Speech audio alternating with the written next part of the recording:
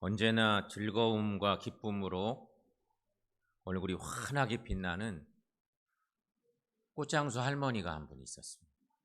이분은 늘 항상 해피하신 거예요. 언제 봐도 늘 웃는 얼굴, 항상 행복해 하시는 할머니가 있었습니다. 어느 날 단골 손님이 이 할머니께 여쭤봤습니다. 늘 즐거워하시는 것을 보니 할머니는 아무 걱정이 없으신가 봐요? 이렇게 물었습니다. 천만에요. 어디 걱정 근심 없는 사람이 있습니까? 내게도 고통스러운 일도 많고 걱정거리도 늘 생깁니다. 그런데 어떻게 늘 그렇게 항상 웃으며 지내십니까? 이렇게 물은 거예요. 그러자 이 할머니가 이런 대답을 했답니다. 나는 3일의 비밀을 가지고 사는 사람입니다. 이런 얘기를 했다는 거죠. 나는 3일의 비밀을 가지고 사는 사람입니다. 3일의 비밀이라니요? 그게 도대체 뭡니까? 이렇게 물었습니다. 손님이. 그러자 할머니가 또 말합니다. 3일의 비밀이란 문제가 생길 때마다 하나님께 그 문제를 해결하시도록 맡기고 조용히 3일을 기다리는 것이라오. 예수님이 무덤에서 3일 만에 부활하신 것처럼 그 문제가 해결되는 데는 3일이면 족하다오. 이렇게 얘기를 하는 것입니다. 때론 꼭 3일이 아닐 수도 있지만 주님의 부활 원리는 늘 동일하다오.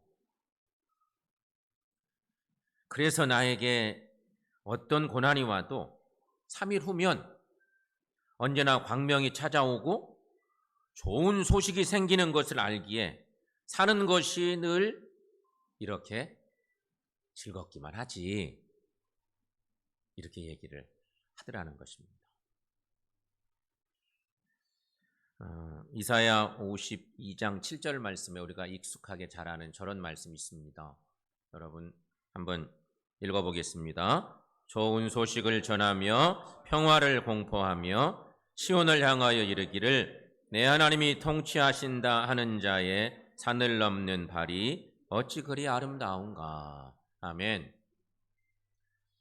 성도 여러분, 우리들도 3일의 비밀을 가지고 살아가는 하나님의 사람들이 다 되시기를 축원합니다.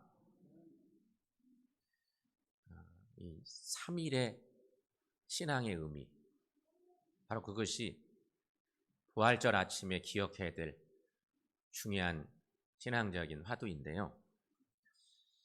요즘 여러분은 어떤 소식을 기다리며 살고 있는가?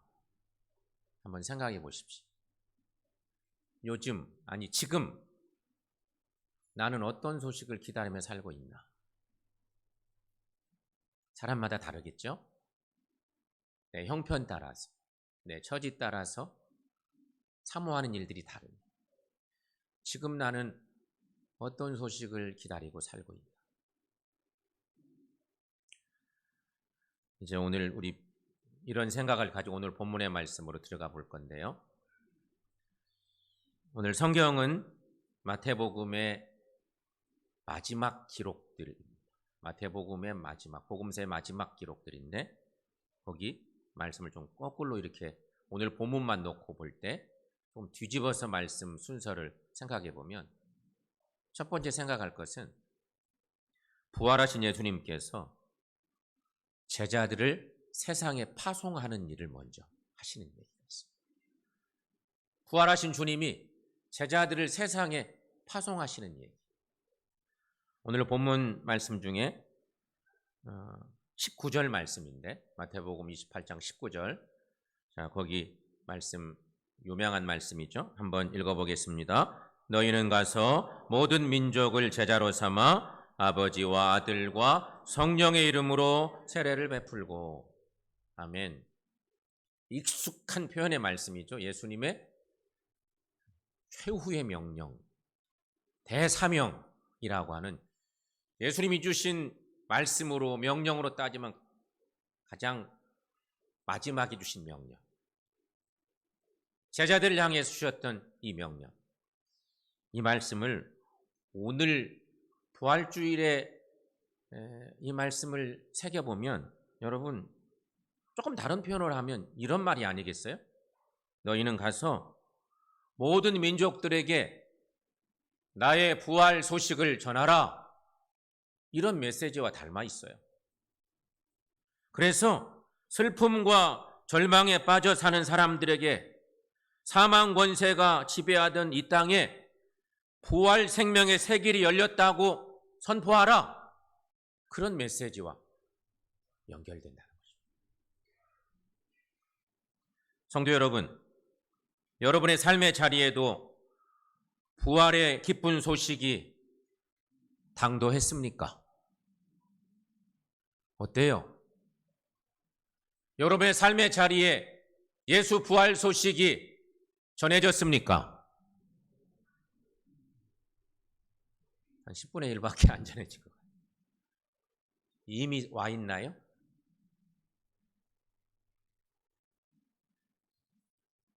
아멘이죠, 사실은. 우리의 삶의 자리에 예수 부활의 소식이 다 전해졌습니다. 그렇습니다. 세상을 돌고 돌아서 사도들이 전했던 그 소식이 이미 우리에게도 전해졌습니다. 예수 부활 소식이 내 마음에도 내 삶의 자리에도 전해졌습니다. 그래서 우리들은 더 이상 슬픔과 절망의 삶이 아닌 예수 부활 생명의 소망을 안고 지금도 살아가고 있음을 믿습니다. 그렇다면 여러분, 이 소식이라고 하는 것은 뭔가 사건이 일어난 것이 기사화돼서 전해지는 것이 소식이에요. 그 이야기가 전해지는 거지. 그렇다면 소식만 전해진다고 일이 다 되는 것일까? 하는 것이죠. 부활 소식이 귀에 들린다고 해서 그것이 자동으로 내 마음에 새겨지나? 아니에요. 소식이 들리는 건 귀로 들리는데 귀에서 가슴이 여기 있는 건 아닌데도 우리는 여기 가슴이라고 생각해요. 여기 마음이 있다고 생각해요. 귀에서 이 마음까지는 한 2뼘쯤 될까? 이렇게 재면 물리적 거리는 너무 짧지만 사실은 이게 너무 먼 길이에요. 귀로 듣고 그것을 내 것으로 고백하고 믿는 것은 이 마음이 하는 일이니까. 이게 짧은 거리인데 이 거리라고 말할 수도 없어요. 그런데 진짜 그것을 내 것 삼기 위해서는 상당히 먼 길이에요. 귀에 들린 진실을 가슴에 이르지 못하게 막는 장애물이 있어요. 오늘 성경은 그 장애물을 소개합니다. 오늘 성경은 그 장애물을 딱 얘기해요. 이게 뭐예요? 거짓말입니다. 군인들의 거짓말. 들려온 소식을 내 마음으로 믿게 하는 것이 중요한데, 그리고 믿고 고백하며 사는 거죠. 근데 들리긴 들렸는데 그것을 잘 못 믿도록, 믿지 못하도록 방해하는 방해꾼이 거짓말입니다. 분명한 것은 제자들보다 먼저 떠난 사람들이 있다는 거예요. 예수 부활의 복된 소식이 세상을 향해 출발하기 전에 한 발 먼저 출발한 또 하나의 소식이 있었어요. 성경은 그걸 얘기해요. 오늘 본문의 말씀에서. 이게 너무도 특별한 기록이죠. 성경이. 아니 이거 성경 기록의 뒷이야기 같은 얘기를 불쑥 끌어올려서 글로 기록해 놓은 거예요. 성경을 정말 안 읽는 사람들 같으면 오늘 본문을 읽다가 성경에 이런 기록도 있었구나. 너무도 특이한 기록이니까. 자, 여러분, 예수 부활의 복된 소식이 세상을 향해서 출발해 퍼져나가기 전에 안 좋은 소식이 먼저 분위기를 이상하게 만든 그런 거예요. 바로 대제사장들의 군인 파송 이야기. 또 하나 생각할 거 바로 그거예요. 대제사장들이 군인들을 파송하는 거예요. 파송이라는 표현이 조금 그런가요? 복음을 위해서 파송하는 건데 거짓말 전하라고 이게 파송하는 꼴이 된 거예요. 오늘 본문 말씀 중에 11절, 13절까지 말씀이 그거예요. 오늘 본문의 시작이죠. 여러분, 거기 함께 읽어보겠습니다. 여자들이 갈 때 경비병 중 몇이 성에 들어가 모든 된 일을 대제사장들에게 알리니 그들이 장로들과 함께 모여 의논하고 군인들에게 돈을 많이 주며 이르되 너희는 말하기를 그의 제자들이 밤에 와서 우리가 잘 때에 그를 도둑질하여 갔다 하라. 아멘 하면 안 될 것 같은 이름하여 시체 도난설. 예수 시체를 훔쳐갔다. 그러니까 여러분, 분명히 예수 부활은 하나의 진리인데 한 부활 사건이 소식이 전해져 가기는 두 개로 전해져 가는 거예요. 사건은 하나인데 마치 사건이 두 개인 것처럼 이렇게 가는 거죠. 마치 소식의 그 이야기가 길이 있다면 두 개의 길이 나는 것과 같은 그런 모습입니다. 부활하신 예수님의 진실이 전해지기도 전에 거짓말이 먼저 출발을 한 것입니다. 거짓이 장애물이 되어서 진실을 가로막습니다. 제자들이 주님의 시체를 도둑질해 갔다. 이런 소문입니다. 이 군인들에 의해서 퍼져가는 소문입니다. 제자들이 예수의 시체를 도둑질해 갔대. 여러분, 군인들이 이런 얘기를 하는 거니까 생각해 보세요. 이보다 설득력이 있는 말이 있을까? 얼마나 설득력이 있어. 우선 상식적으로 그럴 것 같아.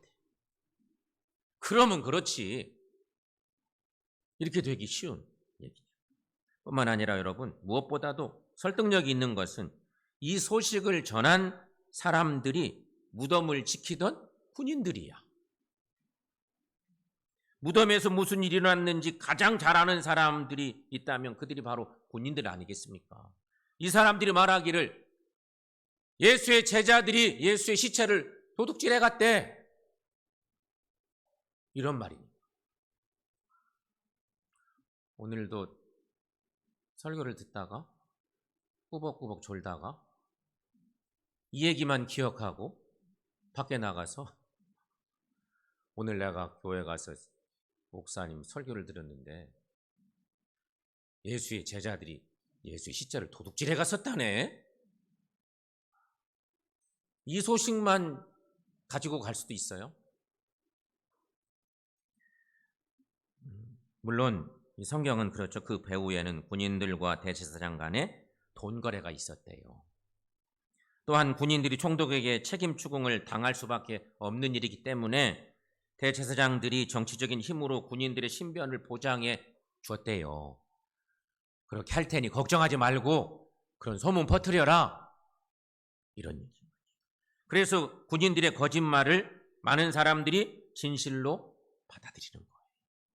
오늘 본문 15절 말씀에 저런 말씀이 있지 않습니까? 함께 읽습니다. 군인들이 돈을 받고 가르친 대로 하였으니 이 말이 오늘날까지 유대인 가운데 두루 퍼지니라. 아멘. 예수님의 부활은 분명히 진실한 사건이고 한 부활인데 두 소식이 전해지는 꼴이에요. 2000년 전 사건이에요. 이 얘기가. 역사는 반복된대요. 유명한 역사학자 이야기고요. 역사는 반복돼요. 역사는 반복되는데 세상은 거짓과 진실의 각축장이죠. 2000년 전 그때만 부활 소식이 장애물에 막혀 있었을까? 성경은 과거의 역사적 기록에 하나님의 역사를 기록하고 있기도 하지만 분명히 성경은 현재를 보는 거울이기도 해요. 특별히 믿음의 눈으로 성경을 보면 더더욱 그런 사건들이 정말 많죠. 지금도 그때와 마찬가지로 예수 부활의 복된 소식이 전해지고는 있지만 수많은 장애물에 의해서 은폐되는 거예요. 수많은 장애물들이 우리의 믿음을 자꾸만 병들게 만드는 거죠. 확실한 사실인데 믿고 싶은데 믿지 못하게 하는 여러 가지 장애물들이 있는 거죠. 요즘으로 말하면 과학의 이름으로 혹은 의학의 이름으로 또는 2000년 전 그때처럼 상식의 이름으로 장애물은 생각보다 높고도 두텁습니다. 그때처럼 지금도 거짓은 세련되고 설득력이 있습니다. 때로는 진실을 막아버릴 만큼 설득력이 있기도 합니다. 진실인 예수 부활 소식, 즉 우리 교회에 들린 부활 소식이 우리 마음에 새겨지기까지 그 길은 참 멀고도 험하기도 합니다. 그래서 많은 사람들이 예수 부활 소식을 한 귀로 듣고 한 귀로 흘려버릴 때가 많습니다. 길가에 뿌려진 씨앗처럼 부활 생명의 복된 소식이 그렇게 뿌리도 내리지 못한 채 말라버리고 말 때가 많다는 것입니다. 바로 우리 주변에 이런 일들이 많이 있습니다. 성도 여러분, 다시 한번 물어보겠습니다. 여러분의 마음에는 예수님의 부활의 복음이 당도하셨습니까? 예수 부활 확신하십니까? 귀로 듣던 그 소식이 내 마음으로, 내 마음 중심에 믿음의 고백으로 믿고 계십니까? 모든 장애물을 넘어서 우리 주 예수 그리스도의 부활의 복음이 여러분의 가슴에 깊이 새겨지기를 바랍니다. 함께 이렇게 외쳐봅시다. 예수님은 부활하셨습니다. 예수님은 부활하셨습니다. 이 입술의 고백이 마음으로 믿고 신앙의 귀한 열매가 있기를 축원합니다. 이 두 소식 중에 진짜 여러분의 마음에 들려온 소식은 뭘까? 그것을 가늠해 보고 버릴 건 버리고 진짜 중요한 생명의 소식을 내 마음에 새기고 살아야 되는 거예요. 여러분의 마음에 들려온 소식은 무엇인가? 우리가 쓰는 달력은 서기 뭐 그런 거 있죠? 더 올려보세요.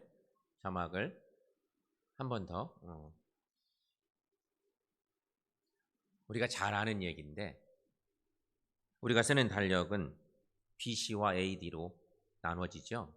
BC와 AD로 나눠지는데 이게 예수 이전과 예수 이후로 나뉘는 그런 표현입니다. 저 말은 뭐냐면 저 빨간색으로 내려온 저 빗금이 예수님이 탄생하신 시간이에요. 저 시간이 뭐 4년쯤 틀리네 어쩌네 뭐 여러 가지 또 설이 붙기도 하지만 저렇게 역사가 시간이 딱 정해진 이유는 딱 한 가지 때문이에요. 서양력의 특징이기도 하지만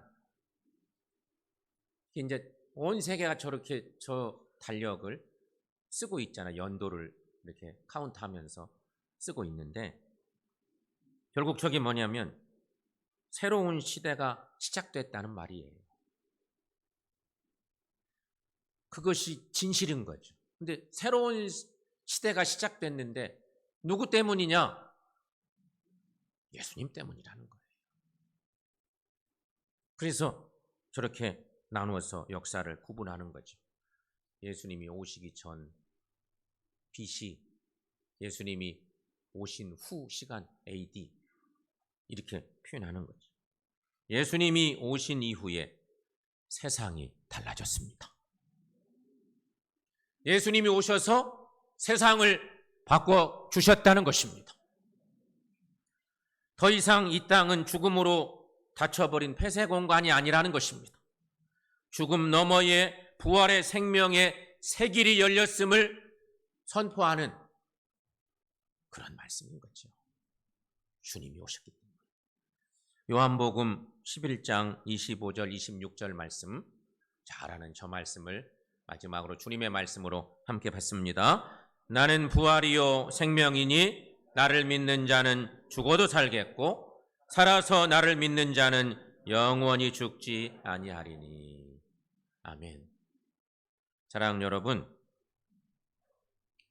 예수님이 이 땅에 오셔서 십자가에 달려 돌아가셨지만 3일 만에 부활하심으로 우리의 생명이 영원한 생명이 되었고 온 인류는 새로운 시대를 살게 되었습니다. 우리가 그 시대를 살아가고 있는 것입니다. 예수 부활은 내게, 온 인류에게 영원한 생명을 주신 하나님의 놀라운 구원의 은혜의 사건입니다. 이 사실을 증거하는 우리 모두가 되시기를 축원합니다. 그리고 오늘은 예배 후에 2부 시간으로 이어지는 예배 때 우리가 또 여러 가지 형태의 찬양을 주님께 드립니다. 그 찬양의 주제도 또한 예수님이 부활하셔서 우리의 주님이 되셨다, 이걸 증거하는 거니까 우리의 찬양이 더불어서 온 세상 만민들에게 예수 부활하셨음을, 예수가 참 구원자이심을 전하는 소식의 찬양이 되시기를 축원합니다.